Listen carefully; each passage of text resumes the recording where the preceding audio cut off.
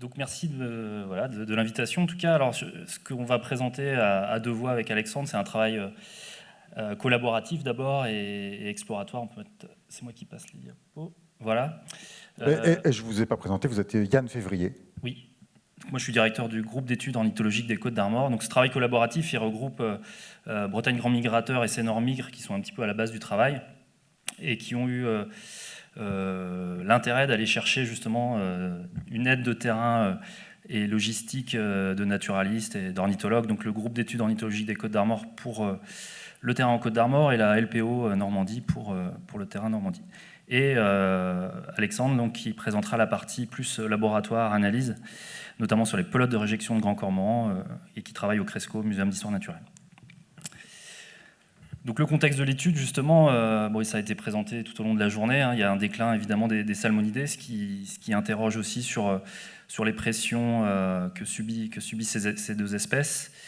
Et surtout, ce qui a un peu provoqué aussi cette étude, c'est ce qui a été présenté tout à l'heure par Céline, c'est des cas de mortalité, notamment de la truite de mer, avec des suspects, justement les oiseaux piscivores, donc que ce soit dans le milieu marin, dans le milieu estuarien ou dans le milieu eau douce.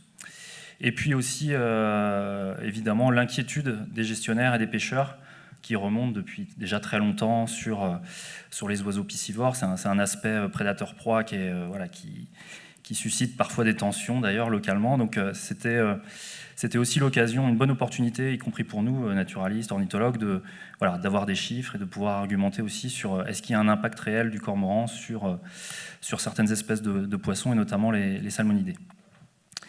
Donc c'est quelque chose de très exploratoire. On a ciblé 2 bassins versants sur un cycle annuel. Donc pour ne pas faire de jaloux, on a un site breton et un site normand. Le Léguerre en Bretagne et l'Arc en Normandie. Je vais vous présenter la carte juste après. Donc voilà, c'est un travail avec, il y a eu 2 stagiaires, collaboration de plusieurs personnes, un suivi de terrain assez important, des récoltes, des analyses qu'on va vous présenter. Les objectifs, c'était, avec une entrée plutôt prédateur pour le coup, donc d'étudier la variation, la distribution spatio-temporelle des grands cormorans sur ces 2 sites, en essayant de faire émerger en tout cas des résultats sur un pic de présence, par exemple, du cormoran durant la dévalaison des smolts, voir s'il y avait un comportement particulier qui pouvait laisser penser à une prédation, une surprédation. Mais c'était quelque chose encore une fois, très exploratoire. Et le point très important que Alexandre va vous présenter tout à l'heure, c'est vraiment l'aspect analyse du régime alimentaire grâce aux pelotes de réjection. Le grand cormoran, comme la chouette effraie ou quelques autres oiseaux, a l'avantage de produire une pelote qui est analysable. Alors c'est un petit peu plus difficile que les chouettes, mais voilà, et qui peut nous donner une idée vraiment très précise du régime alimentaire de l'oiseau. Donc voilà, après, à nous de corréler ça avec où a été trouvée la pelote, etc. Mais Alexandre vous en parlera, et puis il abordera aussi les analyses isotopiques et contenus stomacaux. Avec l'idée derrière d'estimer, si possible, un éventuel impact des cormorans, savoir s'il y a des salmonidés déjà qui sont consommés par ces grands cormorans. Alors un petit rappel, je pense que vous connaissez tous cet oiseau-là. Alors en France, on a 3 sous-espèces de grands cormorans qui peuvent être présentes. 2 sous-espèces qu'on dit maritimes, le carbo et le norvégicus. Et puis une sous-espèce continentale qui est en fait la plus importante, qui est essentiellement présente en hiver. La carte de répartition, c'est la carte des colonies de reproduction, donc c'est une image des colonies nicheuses, qui n'est pas du tout l'image de distribution des grands cormorans. En fait, en hiver, on a des grands cormorans absolument partout. Et la population en hiver, à la mi-janvier, est au-dessus des 100 000 individus. Je crois que c'est à peu près 115 000 individus. Les comptages qui sont en plus pas forcément exhaustifs. À titre d'exemple, sur les Côtes d'Armor, la Fédération de pêche et le GEOCA, on a dû compter un peu plus de 1000 oiseaux lors du dernier recensement, donc, c'est un chiffre minimum. Il y a sans doute une sous-estimation. Auxquelles viennent s'ajouter des populations nicheuses qui ne sont pas forcément prises en compte parce que les dortoirs maritimes, notamment en Bretagne, ne sont pas comptés. Donc voilà, ça c'est juste pour replacer un petit peu. L'intérêt dans le régime alimentaire, c'est que le grand cormoran fait à peu près une pelote par nuit, c'est-à-dire que quand on ramasse des pelotes fraîches, on sait que c'est la consommation de l'individu au cours des dernières heures ou de la dernière journée. Donc ça c'est un vrai intérêt. Et puis voilà, c'est une espèce protégée. Je ne vais pas forcément revenir sur le côté régulation. Vous savez qu'il y a des tirs de régulation, notamment dans la plupart des régions françaises, qui visent la sous-espèce continentale, sinensis, là, celle qui est en bas à gauche sur la photo. Alors ce qui est compliqué sur une région comme la Bretagne, c'est qu'on a au moins 2, voire 3 sous-espèces présentes, avec des niveaux de menaces qui sont différents. On a la sous-espèce nicheuse qui est plutôt menacée, puis une sous-espèce continentale qui est plutôt visée par des régulations. Donc ça complique un petit peu la chose. Mais on ne va pas rentrer dans ce débat-là, même si ce serait intéressant de savoir quelle sous-espèce vient manger des salmonidés. Donc les deux sites d'études, donc le Léguerre, dans l'ouest des Côtes d'Armor, qui est une rivière assez sauvage, hein, d'ailleurs, qui a une labellisation. Et puis l'Arc en Normandie, avec une particularité, c'est le port de Dieppe, et notamment, on le verra tout à l'heure, hein, des clapets qui sont à la sortie de l'estuaire. Donc voilà, deux sites de quelques dizaines de kilomètres, ça reste des rivières assez petites par rapport à d'autres sites occupés par les saumons.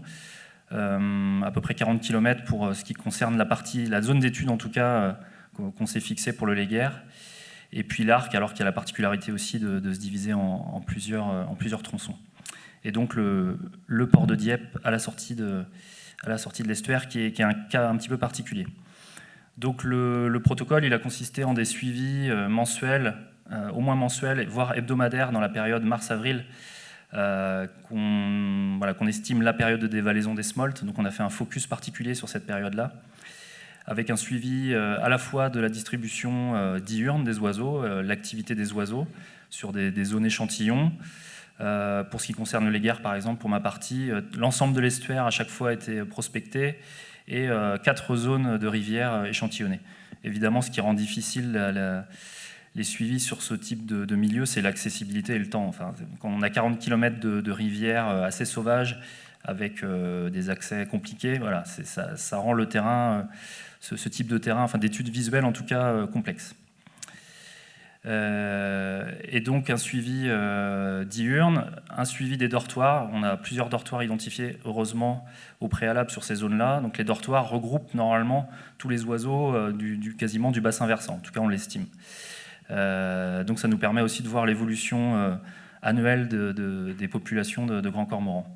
Et puis, point essentiel, le ramassage des pelotes au niveau des dortoirs. Donc c'est pas forcément toujours possible. On a eu la chance de trouver des dortoirs où on pouvait accéder en dessous des dortoirs, récolter des pelotes fraîches, en fonction de la marée, en fonction de...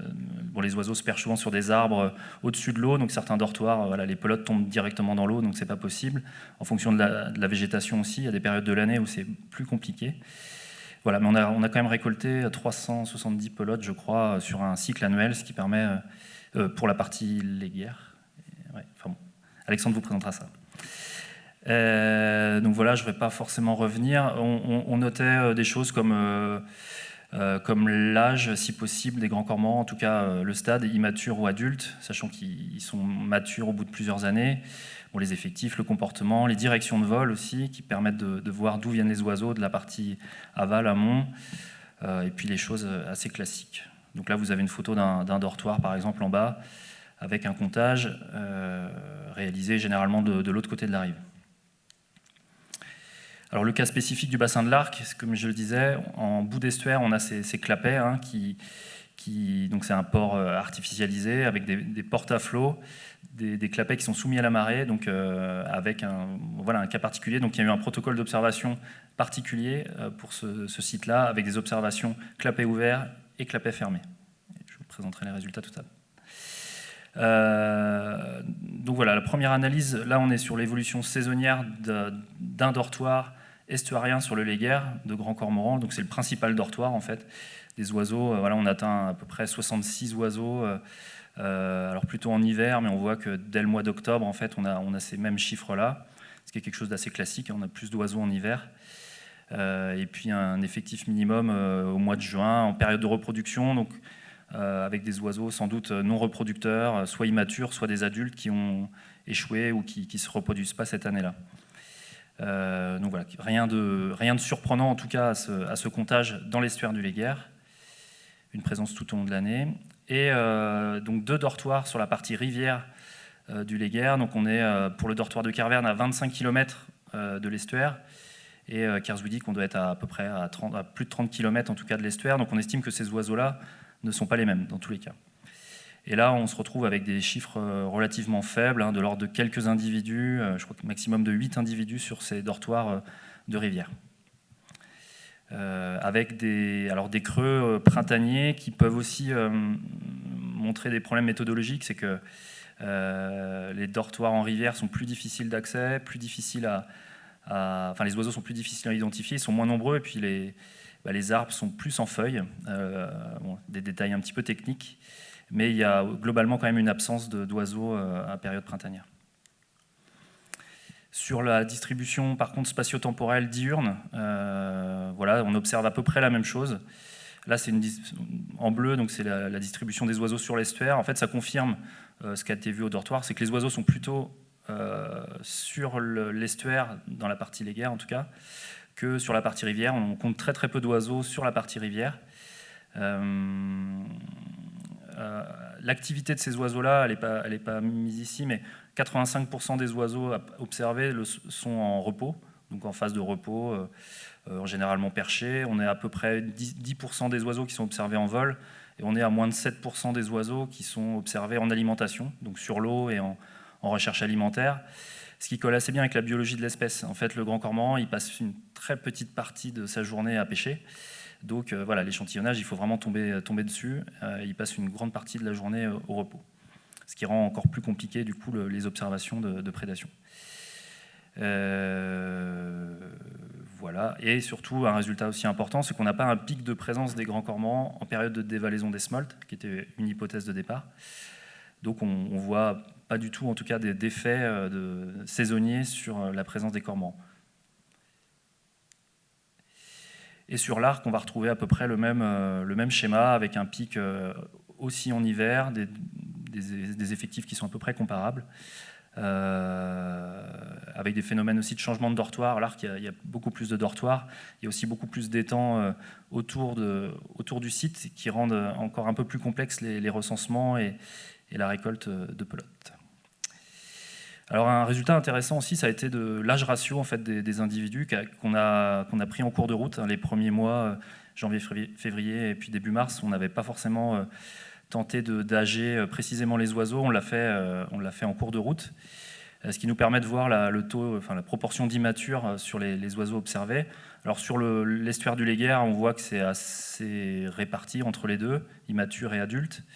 Qu'en général, les immatures font quand même moins de 50% des oiseaux observés, avec des individus pour les adultes, des individus de la sous-espèce sinensis. Et par contre, sur les 2 dortoirs de rivière, on a 100% d'immatures. Donc ça, c'était un résultat aussi qui nous semblait intéressant et pertinent. C'est-à-dire que les oiseaux présents dans les rivières et susceptibles du coup, plus susceptibles de consommer du salmonidé sont à 100% sur le Léguerre, en tout cas, des oiseaux immatures, donc a priori plus inexpérimentés que des adultes.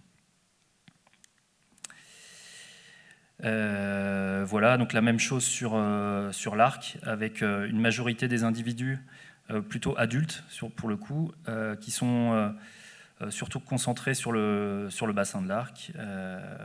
Voilà, donc un résultat un petit peu différent, beaucoup plus d'adultes en tout cas, a priori, sur l'arc. Et sur le bassin portuaire du coup de Dieppe, qui est la zone principale et a priori la zone à problème, puisqu'on a vu qu'il y avait des clapets en sortie d'estuaire. Donc le même résultat, c'est-à-dire qu'il n'y a pas de concentration des oiseaux en période de dévalaison des smolts. En mars-avril, on n'observe pas un pic de présence des grands cormorans à cette période-là. Par contre, il y a un pic hivernal assez classique. Par contre, l'analyse du coup des oiseaux, du comportement des oiseaux montre quelque chose, c'est que il y a un effet en tout cas de l'ouverture des clapets sur le comportement des oiseaux, sur la prédation. Donc en gros que les oiseaux s'alimentent clapet ouvert, oui, clapet ouvert et pas clapet fermé. C'est-à-dire que les oiseaux sont présents finalement tout au long de la journée sur zone, mais vont s'alimenter lorsque les clapets sont ouverts. Avec, voilà, donc là ça ouvre aussi des hypothèses hein, sur l'impact de l'ouvrage en lui-même et du fonctionnement aussi de tout ça sur la prédation des smolts, enfin sur le piégeage des smolts et sur leur prédation par des oiseaux piscivores, notamment les cormorans. Donc pour ma partie, en tout cas, voilà, déjà quelques éléments. Hein. On voit qu'on a deux sites qui sont très très différents en termes d'anthropisation, hein, avec le cas de l'arc qui a des clapets, des écluses en bout d'estuaire qui va sans doute avoir un impact, quelque chose qu'on n'a pas forcément vu sur le léguerre, mais par contre ce qui a pu être observé sur le léguerre, c'est que les cormorans comme les saumons semblent aussi se concentrer sur des zones à ouvrage. Bon, ça c'est surtout le contact avec les pêcheurs aussi, hein, c'est que les grands cormorans vont plutôt être présents sur les zones où il y a des moulins à marée, enfin des moulins tout court, des anciens ouvrages, voilà, qui ont tendance à freiner en tout cas les poissons ou à les concentrer. Donc ça c'est des observations, hein, il n'y a rien de chiffré derrière ça, mais voilà, c'est aussi une hypothèse. Et puis ce cas des oiseaux immatures, moins expérimentés, qui pose question. Alors ce qui est intéressant aussi, ce que va présenter Alexandre, c'est que le fait d'avoir que des oiseaux immatures en rivière, voilà, on sait que les pelotes ramassées sous ces dortoirs-là sont des pelotes d'immatures, ce qui n'est pas forcément le cas pour les autres. Mais je lui laisse la parole.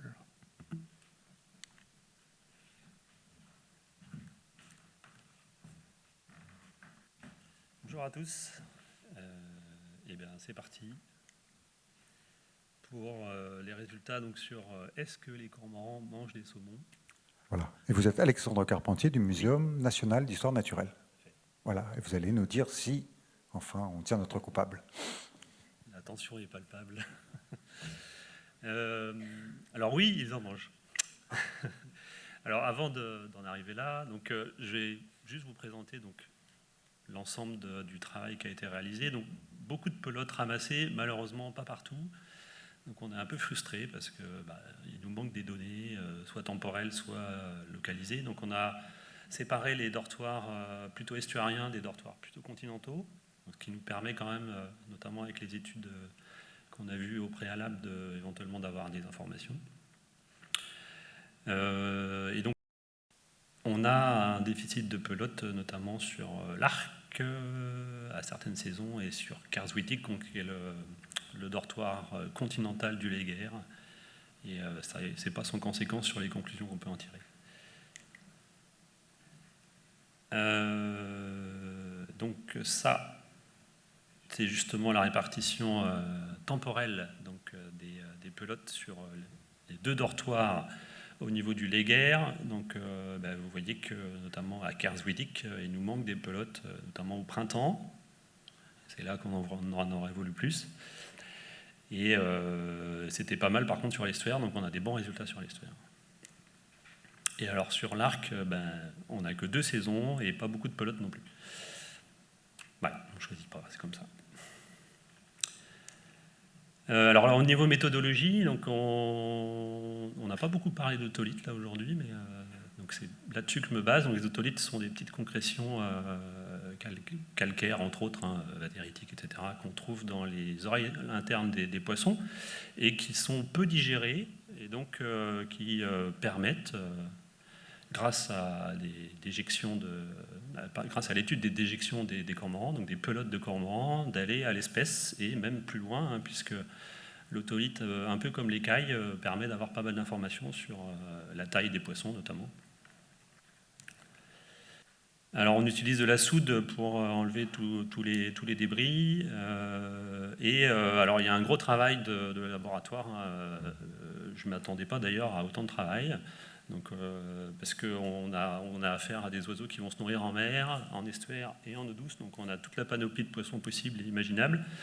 Donc au niveau de la détermination des otolithes, c'est assez fastidieux. Donc il y a un appairage à faire, puisque chaque poisson a au moins 2 otolithes, en tout cas les grands. Et on a essayé de déterminer au niveau taxonomique le plus bas possible ces otolithes.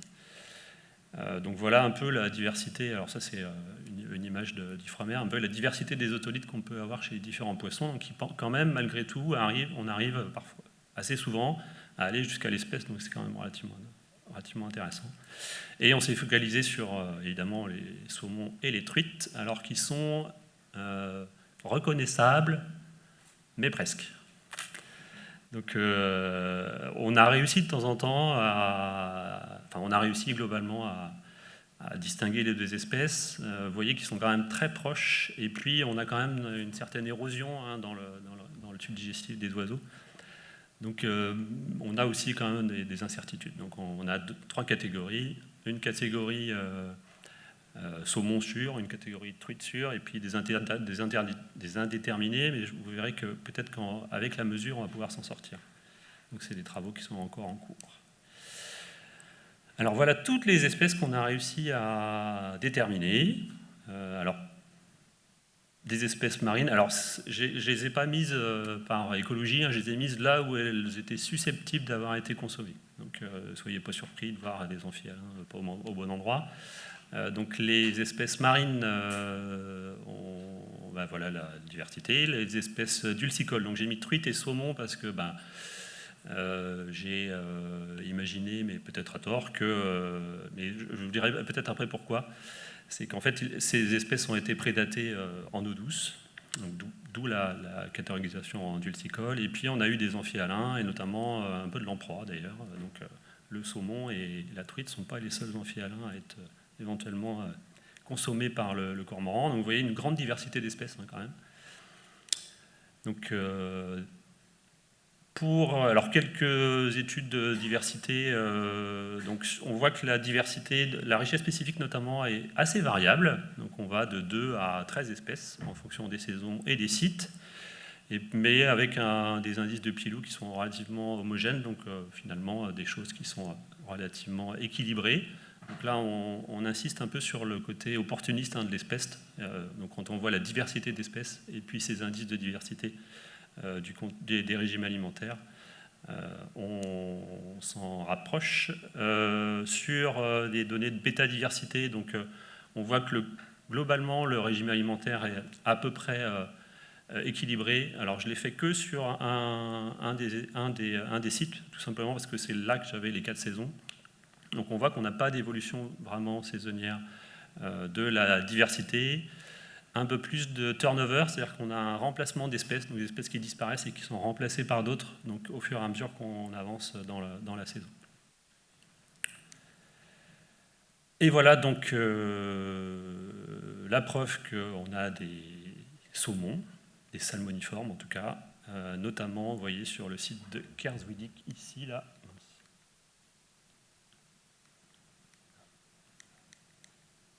Non. Ici, là, vous voyez que donc, ce sont des fréquences.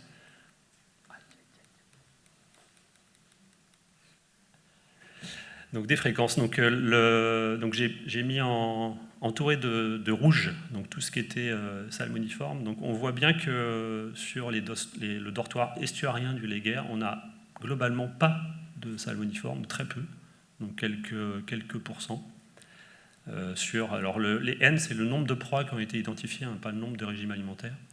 Donc sur 260 poissons, entre 80 et 300 poissons identifiés, 300 individus identifiés, on a de l'ordre de 4 à 5%. Par contre, sur Kerswick, on a une diversité beaucoup plus faible et des fréquences, donc des pourcentages beaucoup plus forts. Mais ce sont vous voyez, sur des effectifs beaucoup plus faibles, 9, 28, 62. Donc c'est à relativiser. Et sur l'arc, écoutez, à peu près, donc c'est un dortoir continental, donc comme Kerswick. Donc visiblement, en tout cas sur cette étude, sur le Léguerre, donc il y a les saumons ou les truites sont consommés essentiellement sur un dortoir continental. Alors si on regarde la provenance, donc parce qu'on pourrait se dire, mais d'où viennent ces oiseaux qui dorment soit en estuaire, soit sur le continent, ça confirme un peu que visiblement on a quand même une ségrégation. Les oiseaux Donc vous voyez que le dortoir de Creklan, qui est le dortoir estuarien, est composé essentiellement d'espèces marines, alors que les dortoirs continentaux, Kerswinnik et Mujdan, qui sont des dortoirs continentaux, on trouve essentiellement des espèces d'eau douce. Alors, on s'est intéressé, alors c'est un travail qui est encore en cours, hein, j'ai eu les résultats malheureusement assez tardivement, donc je n'ai pas pu vraiment aller très très loin dans les analyses. Donc on s'est intéressé à la taille estimée des saumons et des otolithes pour avoir la correspondance saumon-truite. Et on voit qu'on a une différence entre ce qui a été identifié saumon et ce qui a été identifié truite. Et donc, peut-être, et j'espère qu'on pourra, quand on n'est pas sûr vraiment de notre identification au niveau de l'otolithe, attribuer donc, une ou l'autre espèce quand on a du Salmonidés sp. Alors, en cours, donc on a encore quelques pelotes à analyser, malheureusement pas sur les sites qui nous intéressent, donc on ne va pas s'attarder beaucoup. Par contre, j'ai reçu par la poste 23 cormorans entiers. Donc j'ai j'ai commencé à faire les dissections et à regarder un peu ce qu'il y avait dans les contus stomacaux. Donc j'ai pas encore les résultats, donc je ne peux pas vous les présenter. Et puis, ce qu'on aimerait faire, alors ça c'était déjà à l'origine de l'étude, c'est des analyses isotopiques sur les plumes récupérées sur les dortoirs. Et donc ces cormorans que j'ai reçus là vont permettre aussi de valider, ou en tout cas avoir une référence pour cette étude. Alors je vous l'explique rapidement. Donc les isotopes stables, hein, ça permet notamment d'attribuer, c'est une espèce de signature biochimique qui permet d'attribuer des proies à un prédateur. Donc je pense qu'un certain d'entre vous connaissent cette étude assez célèbre qui a permis de montrer que l'orque, pardon, le silure se prenait pour une orque, et notamment parce qu'il y mangeait du pigeon. Alors, donc, voilà. Donc en fonction des proies qu'on a, alors j'espère que ça marchera avec les saumons et les truites, on a une chance éventuellement de déterminer la proportion des salmonidés dans les régimes alimentaires des cormorans. Ah oui, il y a les photos et les silures qui vont attraper des pigeons et qui sont visiblement spécialisés sur l'espèce.